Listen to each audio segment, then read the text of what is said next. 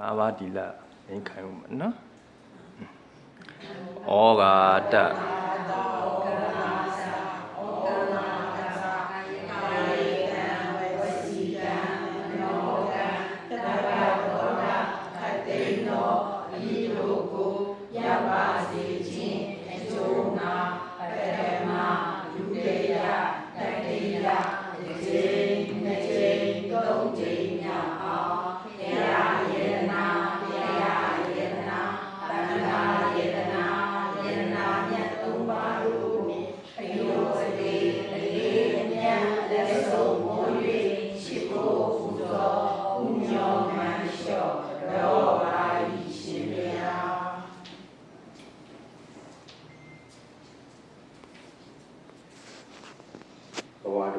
ပြောင်းသွားတော့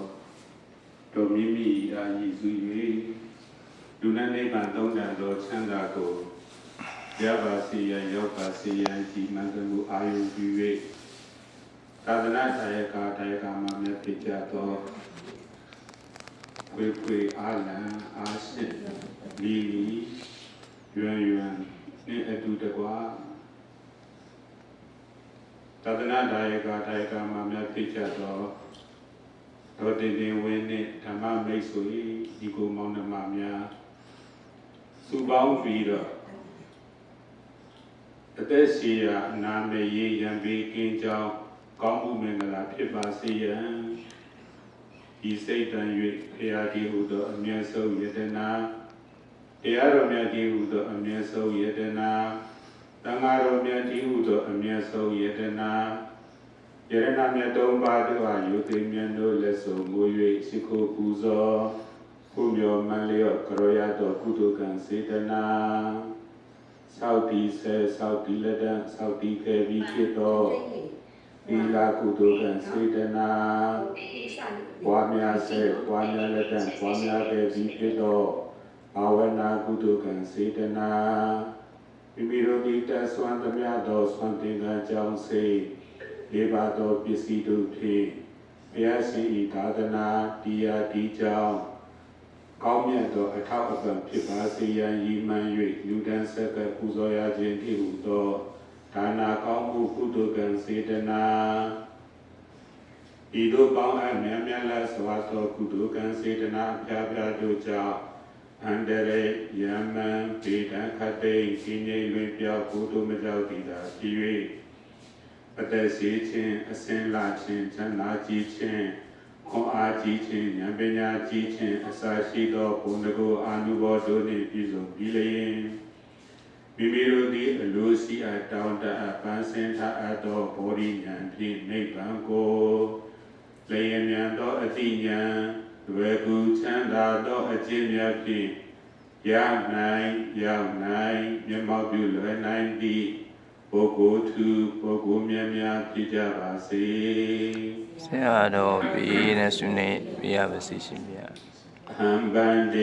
ဟံဗန္တိဣတရဏေနတဟပိစတိလံသမယသာမိလောကံကတဝါသီလံဒေထာမေဗန္တိဒုတိယံဘိအတိယံဘိဟံဗန္တိဣတရဏေနတဟပိစတိလံသမယသာမိလောကံကတဝါသီလံဒေထာမေဗန္တိယမဟာဝရမိတံဝတိထာအမဗန္တိနမောတတဗုဒ္ဓဝါဒောအရဟတောသမ္မာသမ္ဗုဒ္ဓတ္တနမောတတဗုဒ္ဓဝါဒောအရဟတောသမ္မာသမ္ဗုဒ္ဓတ္တနမောတတဗုဒ္ဓဝါဒောအရဟတောသမ္မာသမ္ဗုဒ္ဓတ္တနမောတတဗုဒ္ဓဝါဒောအရဟတောသမ္မာသမ္ဗုဒ္ဓတ္တဗုဒ္ဓံတရဏံကိစ္ဆာမိဓမ္မ Dhammam Dharanam Gissami Sangam Dharanam Gissami Buddham Dharanam Gissami Dhammam Dharanam Gissami Sangam Dharanam Gissami Dutiyampi Buddham Dharanam Gissami Dutiyampi Dhammam Dharanam Gissami Dutiyampi Sangam Dharanam Gissami Dutiyampi Buddham Dharanam Gissami Dutiyampi Dhammam Dharanam Gissami Dutiyampi Sangam Dharanam Gissami Tatiyampi Buddham Dharanam Gissami Tatiyampi Dhammam Dharanam Gissami Tatiyampi Sangam Dharanam Gissami Tatiyampi Buddham Dharanam Gissami Dhammam Dharanam Gissami Tatiyampi Sangam Dharanam Gissami Tidarana Kamanam Paripona Amabandi Banadi Bada Veramani Dekha Padam Dhamadiyami Anadi Bada Veramani Dekha Padam Dhamadiyami Adena Dana Veramani Dekha Padam Dhamadiyami Adena Dana Veramani Dekha Padam Dhamadiyami Kame Tume Sasara Veramani Dekha Padam Dhamadiyami Amidu Sasara Veramani Dekha Padam Dhamadiyami Buddhavara Veramani Dekha Padam Dhamadiyami Buddhavara Veramani Dekha Padam Dhamadiyami Duramiraya Mizabhamadhathana Veramani Dekha Padam Dhamadiyami Duramiraya Misadmaradha Ami Metta Pujaya Tave Tata Nabe Dada Avera Hondu Avera Hondu Abhya Visa Hondu Abhya Visa Hondu Anika Hondu Anika Hondu Duki Adana Duki Adana Pariharandu Pariharandu Idame Tilan Idame Tilan Nibbana Nibbana Visayo Visayo Odu Appamadi Natambadita Amabandi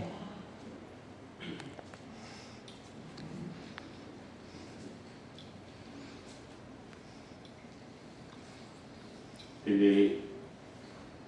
Imido Oman Lunija Adai Piasi Tadana Rogu Sondena Jalsi Libato Bisidu Pit Laze Ludan Sakanina Dinebazoyi Atini Nyamya Swasi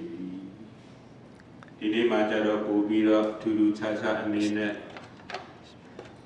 ဝယ်လွန်လေးပြီးဖြစ်တော့သာသနာ့တရားကမာစီတော်မြင့်မြင့်ဤအာကြီးစုပြီးတော့အလူရှင်များပြည့်ကြသည့်ခွေအာလံအာဆံလီယွန်းနှစ်အတူတကွတော်တင်ဝင်ဓမ္မမိတ်ဆွေညီကိုမောင်နှမများမှဘုရားရှင်ရဲ့သာသနာတော်မြတ်ကြီးအတွင်းစီတာတိပါစီယံခိုင်ကမာစီယံပြန်ပွားပါစီယံဒီမှန်ပြီးတော့စွမ်းစားတော်ပစ္စည်းလေးပါပြည့်စရာလောကဟာတို့ဖြင့်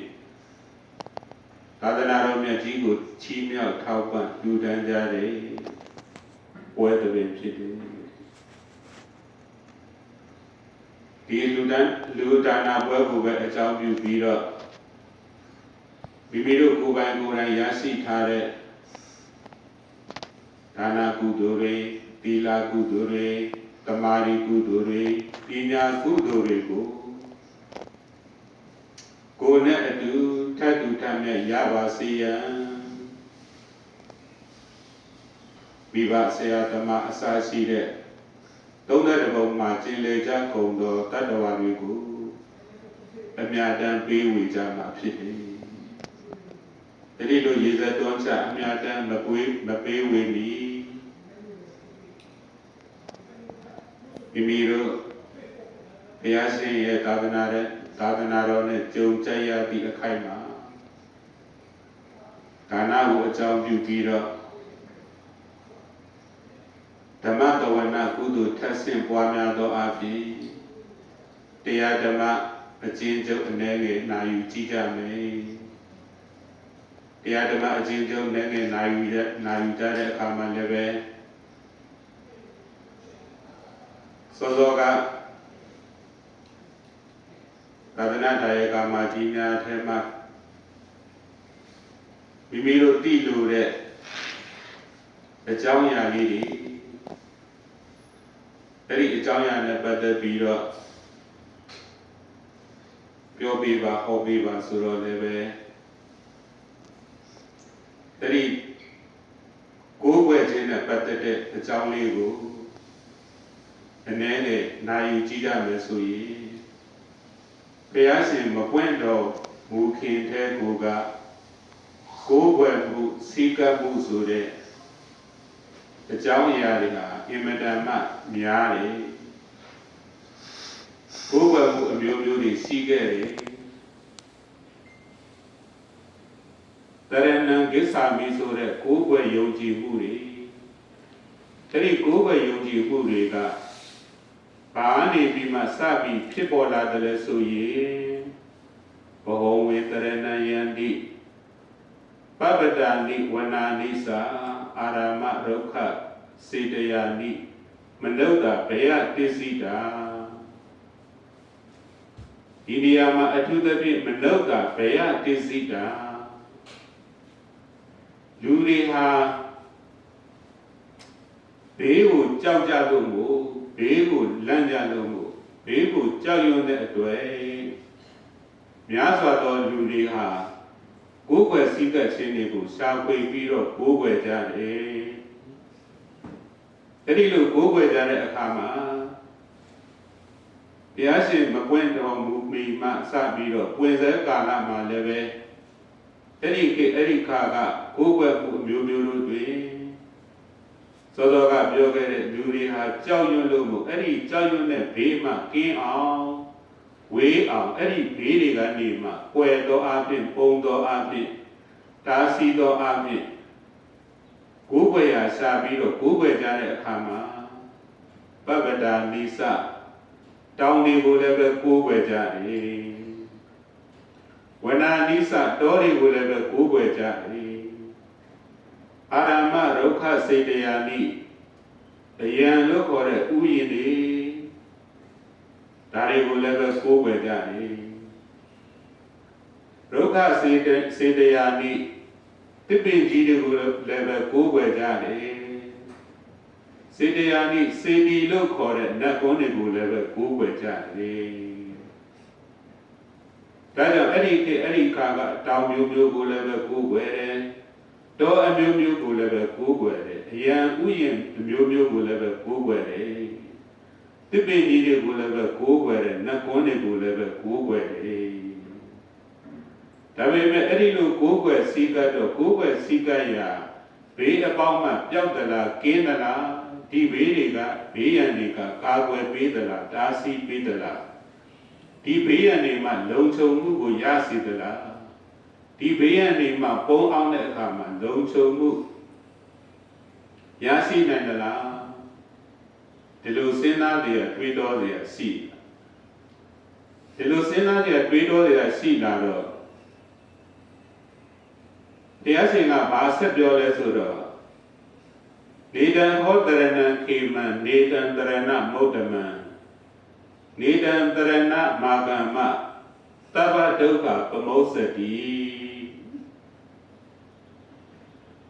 လူတွေဟာဘေးမျိုးမျိုးကြောင့်ကြောက်ရွံ့လို့မို့ကိုယ်ွယ်ကြတဲ့အခါမှာတောင်အမျိုးမျိုးတောအမျိုးမျိုးဥယျာဉ်အမျိုးမျိုးတစ်ပင်အမျိုးမျိုးနတ်ကုန်းအမျိုးမျိုးဒီလိုကိုယ်ွယ်ပြီးကိုယ်ွယ်တော်ညာတော်လည်းပဲ ဘေးအပေါင်းမှလူကင်းတဲ့ကိုယ်ွယ်မှုမျိုးမဟုတ်ဘူးတဲ့နေတံခောတရဏခိမံနေတံတရဏမုဒ္ဓမံမြင့်မြတ်တဲ့စင်ကြယ်တဲ့ကိုယ်ွယ်ခြင်းမျိုးလည်းမဟုတ်ပါဘူးနေတံတရဏမာကမ္မသဗ္ဗဒုက္ခပမုစ္စတိဒီလိုကိုယ်ွယ်စိကတ်ခြင်းမျိုးတွေဟာလည်းပဲဒုက္ခအပေါင်းမှလူကင်းရလူကင်းကြောင်းလည်းမဟုတ်ပါဘူးအဲ့ဒီခါတော့ကိုယ်ွယ်ကြတဲ့တောင်မျိုးမျိုးကိုကိုယ်ွယ်တယ်တောအမျိုးမျိုးကိုကိုယ်ွယ်တယ်အရံအမျိုးမျိုးကိုကိုယ်ွယ်တယ်တစ်ပင်အမျိုးမျိုးကိုကိုယ်ွယ်တယ်နတ်ကုန်းအမျိုးမျိုးကိုကိုယ်ွယ်တယ်ဒီလိုကိုယ်ွယ်ရင်ကိုယ်ွယ်တော်ညာတော်လည်းပဲဘေးကင်းတဲ့ကိုယ်ွယ်မှုမျိုးလည်းမဟုတ်ဘူးမြင့်မြတ်တဲ့မှန်ကန်တဲ့တိကျတဲ့ကိုယ်ွယ်မှုမျိုးလည်းပဲမဟုတ်ဘူးဒီလိုကိုယ်ွယ်မှုမျိုးကြောင့်ဒုက္ခခတ်သိမ်းနေမှလည်းပဲလွတ်မြောက်တဲ့ကိုယ်ွယ်မှုမျိုးလည်းမဟုတ်ဘူးအထူးသဖြင့်အိုခြင်းနာခြင်းသိခြင်းဆိုတဲ့ဘေးဒုက္ခမှလည်းဘယ်လိုနည်းနဲ့မှလွတ်မြောက်တဲ့ကိုယ်ွယ်မှုမျိုးမဟုတ်ဘူးဆက်ပြီးတော့ဘုရားရှင်ကပြောတယ်ယောသဗုဒ္ဓင်္စဓမ္မင်္စတံကင်္စတရဏံကတောစတ္တာရိအရိယသစ္စာနိတမပညာယပတ္တိအဲ့ဒီအချင်းချင်းပုဂ္ဂိုလ်တွေဟာတရားကို၎င်းတရားကို၎င်းတန်ခါကို၎င်းကိုယ်ွယ်စိကကြမယ်ဆိုရင်အဲ့ဒီကိုယ်ွယ်စိကကြတဲ့လူတွေဟာစတ္တာရိ၄ပါးကုန်သောအရိယသစ္စာနိသစ္စာ၄ပါးတို့ကိုတမ္မာကောင်းစွာမပေါက်မပြတ်တိတိကျကျမမှန်ကန်ကန်ပညာယပညာဖြင့်ပတ္တိမြင်နိုင်တယ်တွေ့နိုင်တယ်ဒီတော့ဘုရားဖွင့်လာလို့ဘုရားကိုကိုးကွယ်မယ်တရားတော်ကိုကိုးကွယ်မယ်တန်ခါတော်ကိုကိုးကွယ်စိတ်ကပ်မယ်ဆိုရင်ဒီဘာကုန်သောအရိယသစ္စာတရားလို့ခေါ်တဲ့ဒုက္ခသစ္စာသမုဒယသစ္စာနိရောဓသစ္စာမေဃသစ္စာလို့ခေါ်တဲ့သစ္စာ၄ပါးတရားမြတ်ကိုမမှန်ကန်ကန်တိတိကျကျကောင်းကောင်းမွန်မွန်မိမိတို့ကိုယ်ပိုင်ဉာဏ်ဖြင့်သိနိုင်တယ်မြင်နိုင်တယ်ဒါဟာဘာကိုကိုးကွယ်လို့လဲဆိုရင်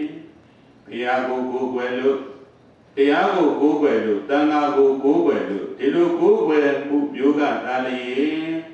ကိုးကွယ်ခြင်းမျိုးကဒါလျင်ဒီဘာကုန်သောအရိယသစ္စာတရားဖြစ်တဲ့ဒုက္ခသစ္စာသမုဒယသစ္စာနိရောဓသစ္စာမေဃသစ္စာဒီသစ္စာတရားတွေကိုကောင်းကောင်းမွန်မွန်မှန်မှန်ကန်ကန်တိတိကျကျဉာဏ်ပညာဖြင့်ထိုးထွင်းပြီးတော့သိနိုင်မယ်မြင်နိုင်မယ်သိနိုင်တယ်ဆက်ပြီးတော့ဘုရားကဗာပြောလဲဆိုတော့ဧတံဟောတရဏံခေမံဧတံတရဏမုဒ္ဓမံဧတံတရဏမာကမ္မသဗ္ဗဒုက္ခပမုစ္စတိဒီလိုဘုရားကိုကိုးကွယ်ခြင်းတရားကိုကိုးကွယ်ခြင်းသံဃာတော်ကိုကိုးကွယ်ခြင်းဒီလိုကိုးကွယ်မှုကြောင့်၄ပါးကုန်သောအရိယသစ္စာတရားတို့ကိုမှန်မှန်ကန်ကန်တိတိကျကျသိနိုင်မြင်နိုင်တယ်အဲ့ဒီလိုသိနိုင်မြင်နိုင်လို့မို့ဒီလိုကိုးကွယ်မှုမျိုးကဒါလျင်ဧတံဟောတရဏံခိမံဘေးကင်းတဲ့ဉာဏ်ကင်းတဲ့အန္တရာယ်ကင်းတဲ့ကိုးကွယ်မှုမျိုးဖြစ်တယ်ဧတံဟောတရဏမုဒ္ဓမံဒီလိုကိုးကွယ်မှုမျိုးကဒါလျင်မြင့်မြတ်တဲ့ကိုးကွယ်မှုမျိုးဖြစ်တယ်မှန်ကန်တဲ့ကိုးကွယ်မှုမျိုးဖြစ်တယ်တိကျတဲ့ကိုးကွယ်မှုမျိုးဖြစ်တယ်အလွန်အလွန်တာလွန်တန်ဖိုးရှိပြီးတော့မြင့်မြတ်တဲ့ကိုးကွယ်မှုမျိုးဖြစ်တယ်ဒီလိုကိုးကွယ်မှုမျိုးကဒါလျင်သောတော်ကလူတွေကြောက်ရွံ့နေကြတဲ့ဘေးအပေါင်းရန်အပေါင်းအန္တရာယ်အပေါင်းတွေမှလွတ်မြောက်နိုင်တယ်လွတ်မြောက်ရနေ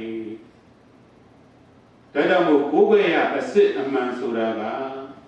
ဘုရားဒီဟူသောအမြတ်ဆုံးကိုးကွယ်ရာတရားတော်မြတ်ဒီဟူသောအမြတ်ဆုံးကိုးကွယ်ရာတန်ခါတော်ဒီဟူသောအမြတ်ဆုံးကိုးကွယ်ရာဒီကိုးကွယ်ရာဒီကိုကိုးကွယ်စည်းကမ်းမှဒါလျင်မှန်ကန်တိကျတဲ့သစ္စာတရားတွေကိုစိုက်ရောက်ပြီးတော့ သစ္စာတရားတွေကိုသိမြင်ပြီးတော့အလုံးစုံသောမရေမတွက်နိုင်သောဒုက္ခမျိုးစုံမှဘယ်သူတဦးတယောက်မှကယ်လို့တားလို့စီးလို့မရတဲ့ပူခြင်းဒုက္ခနာခြင်းဒုက္ခသိခြင်းဒုက္ခဆိုတဲ့တန္တရာဝဋ်ဒုက္ခတိုင်အောင်အပြီးတိုင်ချုပ်ငြိမ်းနိုင်တဲ့ကိုယ်ွယ်မှုမျိုးပါဒီလိုဘုရားရှင်ကမိန့်မာတော်မူခြင်းဖြစ်တယ်ဒီတော့တရားကိုဘာလို့ကိုးကွယ်ရတာတော့တရားတော်ကိုဘာလို့ကိုးကွယ်ရတာတော့တန်ခါကိုဘာလို့ကိုးကွယ်ရတာတော့ဒီနေရာမှာကတော့စတ္တာရိအရိယသစ္စာနိသမ္မပညာယပတ္တိမုံမြတ်တဲ့မှန်ကန်တဲ့တိကျတဲ့အရိယသစ္စာတရားကိုကောင်းကောင်းမွန်မှန်မှန်ကန်ကန်တိတိကျကျဉာဏ်ပညာဖြင့်သိနိုင်မြင်နိုင်စေတတ်သည့်အတွက်ကြောင့်မို့ဘေးမရှိတဲ့ကိုယ်ွယ်ရာမြင့်မြတ်တဲ့ကိုယ်ွယ်ရာဒုက္ခအပေါင်းမှလွတ်မြောက်တဲ့ကိုယ်ွယ်ရာဖြစ်တယ်ဒီလိုဘုရားရှင်ကမိန့်ကြားထားတယ်ပြန်ပြီးတော့ကြည့်မယ်ဆိုရင်စတ္တာရိအရိယသစ္စာနိဆိုတဲ့၄ပါးသောအရိယသစ္စာတွေကိုဘုရားရှင်ကိုယ်တော်တိုင်သမ္မာသမ္ဗုဒ္ဓအဖြစ်ဖြင့်တနည်းအားဖြင့်ဗုဒ္ဓလို့ခေါ်တဲ့တိသူနိုးကြသူအဖြစ်ဖြင့်တနည်းအားဖြင့်မဖောက်မပြန်မှန်ကန်တိကျကိုယ်တော်တိုင်တူတယောက်ကအကူအညီမြတ်မရှိဘဲနဲ့ဒီသစ္စာတရားကိုထိုးရင်းသိလို့မို့ဘုရားရှင်ကိုကိုးကွယ်ရခြင်းဖြစ်တယ်ဒီသစ္စာတရားတော်တွေကိုကိုယ်တော်တိုင်သိပြီးတော့ဒီသစ္စာတရားတွေကိုသိနိုင်ဖို့ရန်အတွက်ဒုက္ခမှလွတ်ငြိမ်းမှုကိုရဖို့ရန်အတွက်မှန်ကန်တဲ့ဓမ္မတွေကိုဘုရားရှင်သက်တော်ထင်ရှားရှိတဲ့က45ဝါတိုင်တိုင်45နှစ်တိုင်တိုင်ဟောကြားထားတဲ့ဓမ္မတွေရှိတယ်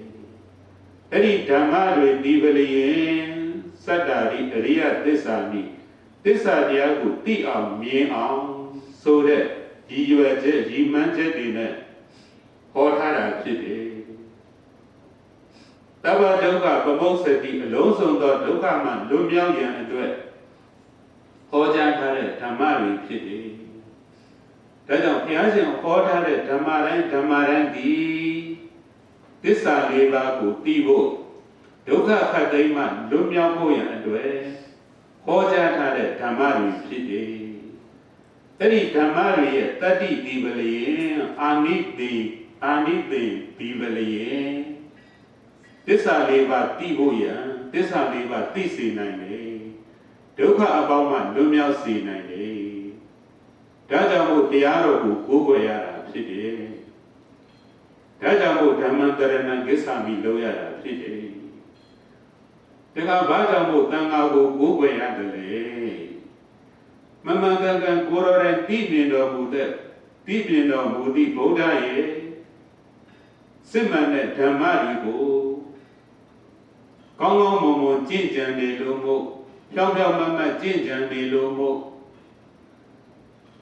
ဒုက္ခခတ်သိမ်းမှလွတ်မြောက်ရန်အတွက်ဆိုတဲ့ရည်ရွယ်ချက်တွေနဲ့ကျင့်ကြံနေလို့မို့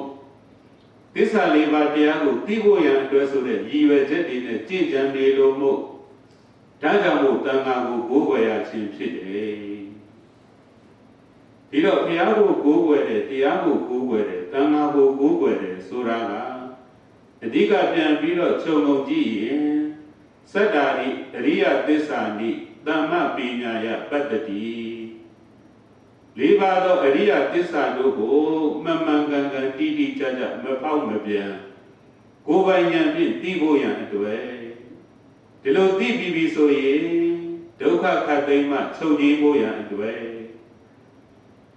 တထူအပြင်အိုဘေးနာဘေးသေခြင်းဘေးလို့ခေါ်တဲ့ဒီဘေးတွေမှလွတ်မြောက်ဖို့ရန်အတွက်ကိုးကွယ်ရခြင်းဖြစ်တယ်။ဒါကြောင့်မို့ဒီဘေးတွေကိုလွတ်မြောက်စေတာ